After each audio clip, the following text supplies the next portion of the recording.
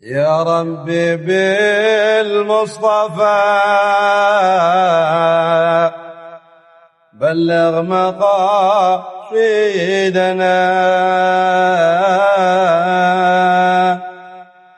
يا ربي بالمصطفى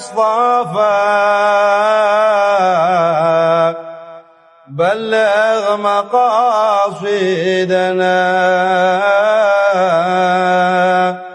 واغفر لنا ما مضى يا واسع الكرم.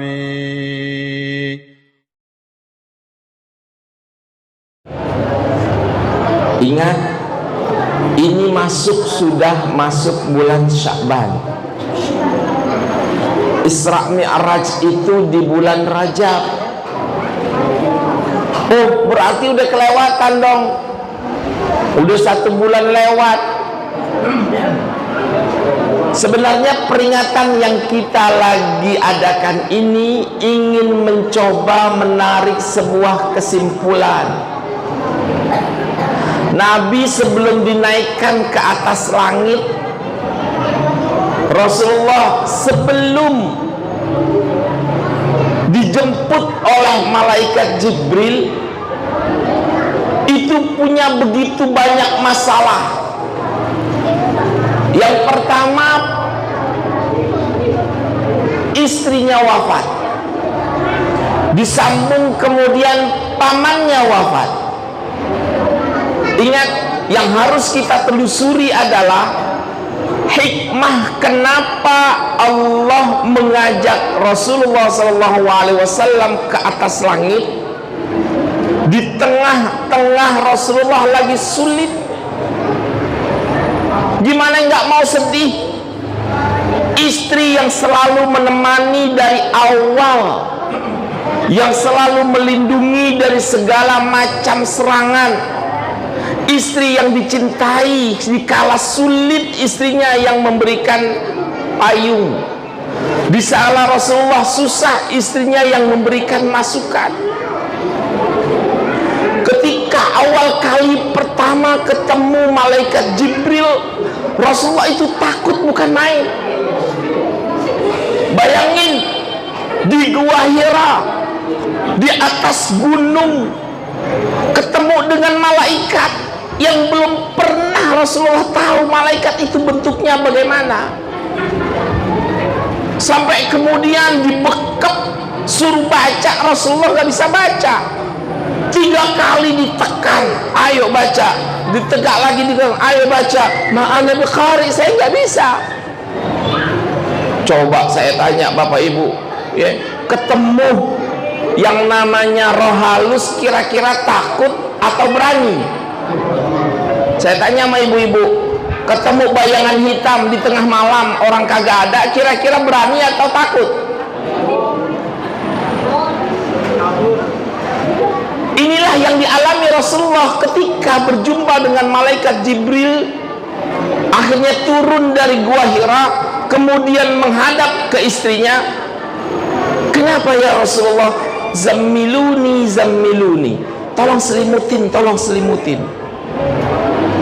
Istrinya lah yang kemudian memberikan sebuah nasihat. Engkau tuh orang baik, engkau itu selalu bersilaturahmi, engkau itu selalu bersedekah, dan engkau nggak pernah berkata bohong. Yakin sesungguhnya yang kau jumpai itu adalah dari Allah Subhanahu wa Ta'ala. Disitulah ketika Rasulullah istrinya wafat, mulailah disitu Rasulullah gontai, goyang. Karena kenapa? Karena teman hidupnya itu udah gak ada. Saya tanya sama bapak-bapak, andaikan kehilangan istrinya, kira-kira senang atau sedih?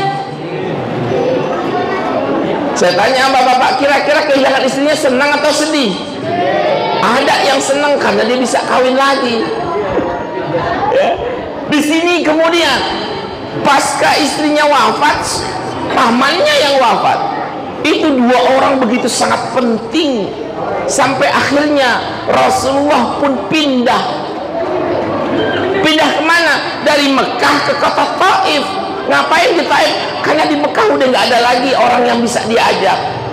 Di Mekah Mekah udah nggak ada lagi orang yang mau. Berangkatlah ke Taif, disitulah kemudian ditolak lagi. Makanya tahun itu disebut tahun kesedihan. Karena kenapa? Pamannya yang melindunginya meninggal, istrinya yang dia cintai meninggal. Di sini kunci pertama yang harus kita tahu. Kenapa? Di setiap azab, di setiap musibah, di setiap bala akan Allah kasih jalan solusi. Siapapun yang mengaruh kehidupan penuh dengan kesulitan, siapapun yang menerawang kehidupannya dalam keadaan sulit, di balik kesulitan itu pasti ada kemudahan. Makanya ketika Rasulullah lagi tidur di samping Ka'bah, tidur di Hijr Ismail, datanglah malaikat, yang satu yang namanya Jibril dan yang satu namanya Mikail, dan itu lewat tengah malam. Di malam hari kemudian Rasulullah barulah dibelah dadanya sebagaimana yang diriwayatkan dalam kitab Al-Isra dan Mi'raj. Belahnya bukan belah dalam rangka kayak operasi, bukan. Yang belah itu malaikat.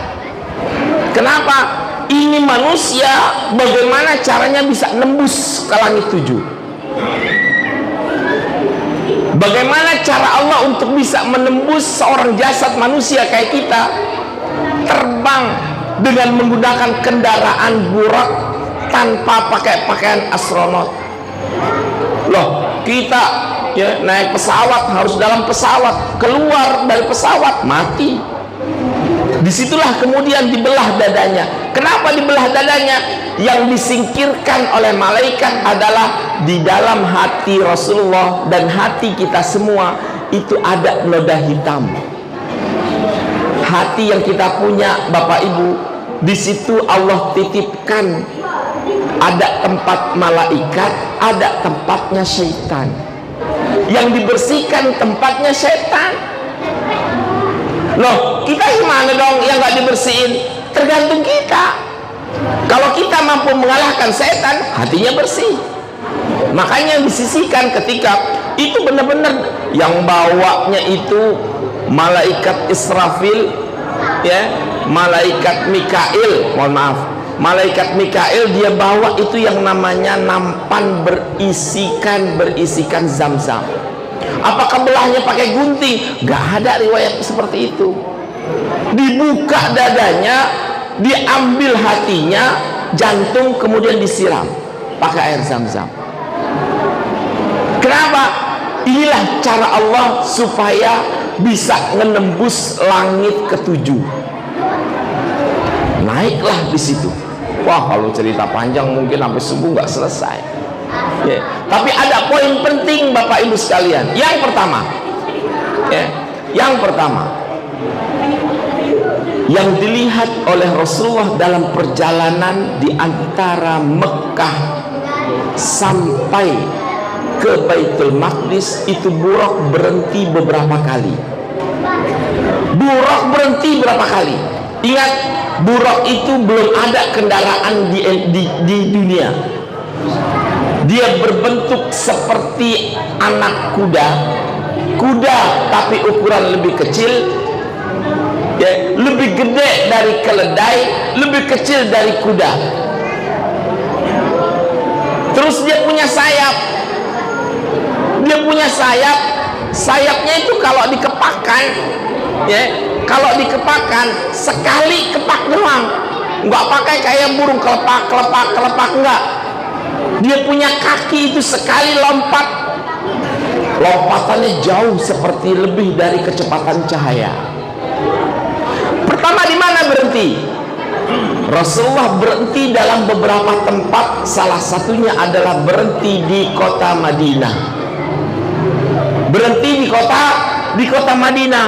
Kemudian malaikat berkata, "Ya Rasulullah, ini Tiba. Ini kota Tiba namanya." "Oh ya, iya. Kok banyak pohon?" "Iya, ini namanya kota Tiba." "Ngapain di situ?" Rasulullah disuruh buat sholat sunat 2 rakaat. Sholat sunat. Sholat sunat 2 rakaat ngapain? Itu menandakan sesungguhnya di setiap mana kita berhenti. Bapak ibu kalau lagi perjalanan kan suka ke rest area, betul nggak? Coba saya tanya, kalau ke rest area ngapain? Numpang kencing atau numpang jajan? Itu namanya ninggalin bekas yang tidak berarti, meninggalkan bekas tempat yang kita kunjungi, kita sholatin di situ walaupun cuma 2 rakaat. Kenapa? Karena tempat yang kita sholatkan itu tempat nanti akan menjadi saksi di akhirat. Ini udah. Jadi kemanapun kita berhenti di rest area, ya kan biasanya rest area cuma berhenti buat numpang sholat. Nah itu di rest area perjalanan panjang berhenti. Nah disitulah kita melaksanakan sholat. Jangan sekali-kali ninggalin sholat. Nah, berhenti kemudian di Tursina. Apa itu Tursina? Bukit gunung pegunungan yang dulu juga berhentinya Nabi Musa alaihissalam. Wa kallamallahu Musa taklima. Dan Allah berbicara dengan Musa pembicaraan.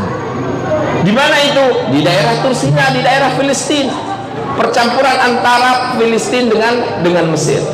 Ya, nah ini perjalanan yang begitu penting di darat. Tapi yang mahal lebih penting lagi adalah perjalanan dari Masjidil Aqsa naik ke atas. Apa itu perjalanannya? Wah, kalau saya ceritakan begitu sangat panjang. Salah satunya ketika naik Burak, Rasulullah mencium wangi yang sangat semerbak. Wahai Jibril, ini wangi apaan? Kayak tadi ya, ada parfum yang kemudian disemburkan, kan ada wanginya. Ada jenis kuburan yang benar-benar wanginya minta ampun. Wahai Jibril, ini bau apaan? Kok baunya semerbak sekali? Dijawab sama Jibril, ya Muhammad, ini adalah makam Siti Masyifa. Makam Siti Masyifa. Loh, kenapa dia? Dialah yang berani menentang Fir'aun ketika Fir'aun mengatakan, aku adalah Tuhanmu. Tapi kemudian Siti Masyifa menolak. Ganjarannya apa? Ganjarannya digoreng. Bayangin Siti Masyifa, suaminya dan anak 5 dimasukin satu-satu dalam sebuah periuk berisikan minyak panas, dimasukkan ke dalam satu-satu. Yang pertama anak yang paling gede, ibunya ngeliat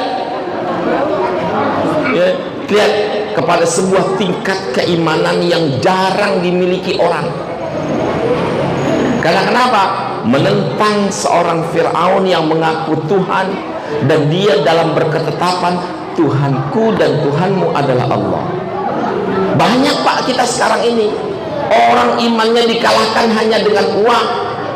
Keimanan seseorang digadaikan karena sebuah jabatan. Iman dia lepas, di pagi hari dia sholat, sorenya kemudian imannya tanggal. Di pagi hari dia subuhnya rajin, tapi masuk ke kantor dia melakukan hal-hal yang tidak dibolehkan.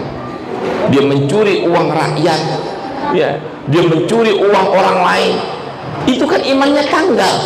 Sholatnya jalan, maksiat dan perbuatan haramnya juga jalan. Ini yang kemudian Rasulullah katakan, oh beginilah ganjaran orang yang benar-benar dalam keadaan imannya yang kuat. Ada lagi Rasulullah melihat perjalanannya itu, orang punya lidah, ya, orang punya lidah, lidahnya dijulurin, kemudian digunting, lidah sendiri digunting, lidah dia punya lidah digunting. Wahai Jibril, itu siapa? Itu gambaran umatmu ya Muhammad. Kenapa dia?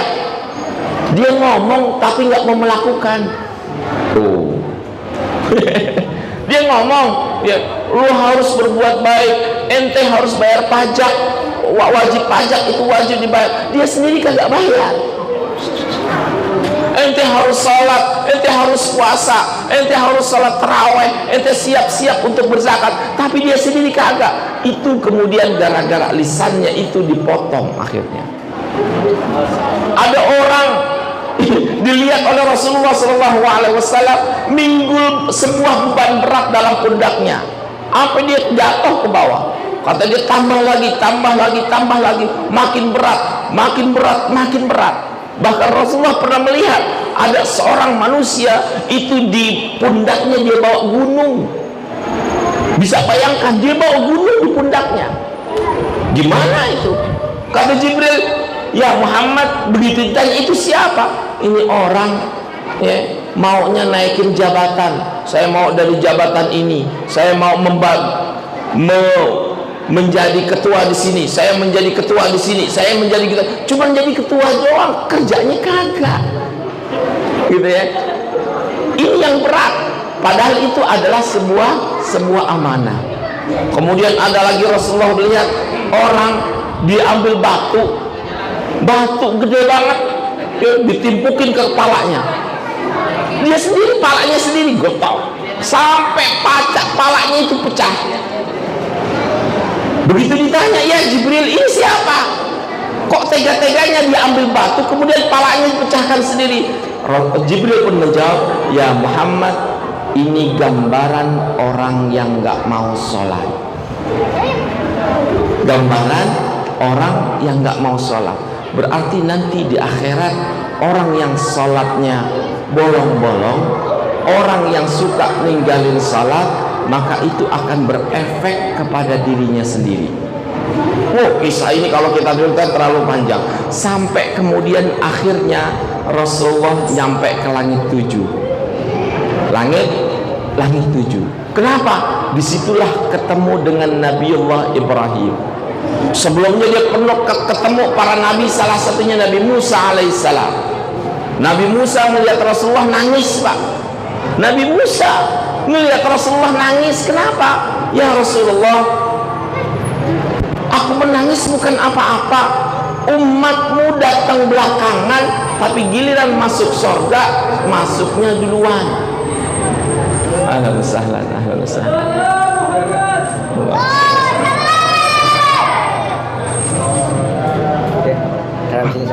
Hah? Sampai nah. Ya udah saya ngomongnya udah aja biar nggak terlalu lama. Udah biar beliau aja.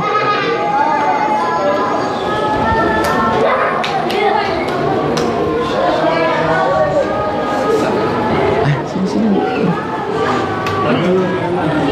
Ahlan sahlan. Ya. Kalau nih. Ini bawah aja, Pak. Nggak pakai baku. Bawah aja biasa. Masuk kiana. Iya. Ini sebentar lagi Kiai saya tutup ya Kiai. Ahlan wa sahlan wa marhaban Kiai Haji Maulana Kamal Yusuf. Kita doakan mudah-mudahan beliau terlihat terus. Ya, Allah berikan panjang umur. Terus mengajari kita tentang ilmu-ilmu agama. Ya. Intinya ya, sebelum nanti beliau maju, inti daripada Isra Mi'raj, perjalanan yang sudah mengukur jarak yang cukup jauh, adalah bagaimana Rasulullah diberikan beban yang namanya sholat. Rasulullah dibebani yang namanya sholat, dan itu langsung menghadap Allah Subhanahu wa ta'ala. Jadi kalau giliran haji pakai Jibril, kalau giliran zakat pakai Jibril, kalau giliran sholat, kalau giliran puasa pakai Jibril. Tapi kalau giliran sholat langsung nggak pakai Jibril lagi, tapi langsung datang ke Allah Subhanahu wa ta'ala. Makanya penting kita sholat, penting kita sholat. Nabi menggambarkan orang yang sholatnya rajin itu sama kayak dia tinggal di rumah dan di depan rumahnya itu ada sungai jernih dan bersih. Kata Nabi, kalau engkau mandi 5 kali, kira-kira sehari itu bersih enggak? Mandi 5 kali ya. Kita aja sekarang mandinya cuma 2 kali udah ya, udah berasa bersih. Nah ini kalau mandinya 5 kali, sholatnya 5 kali, ya berarti kan badan kita bersih. Begitu juga dengan sholat. Kalau kita rajin sholat, sholatnya khusyuk, sholatnya bagus, maka mudah-mudahan Allah membersihkan hati kita. Ya, inti daripada Isra Mi'raj itu adalah bagaimana seorang muslim melakukan salat 5 waktu. Gitu ya. Ya, mumpung ini tawakufan, mudah-mudahan ya kita nanti berharap Kiai Maulana Kamal Yusuf doa sama kita supaya hati kita dilembutkan oleh Allah Subhanahu wa taala. Dalam rangka masuk bulan suci Ramadan, hati harus bersih. Ya, hati harus bersih, amalan-amalan salat juga jangan sampai ketinggalan. Mudah-mudahan kita semua mendapatkan bimbingan dari Allah Subhanahu wa taala. Amin amin ya rabbal alamin. Singkat mungkin dari saya. Mohon maaf atas segala kekurangan. Wassalamualaikum warahmatullahi wabarakatuh.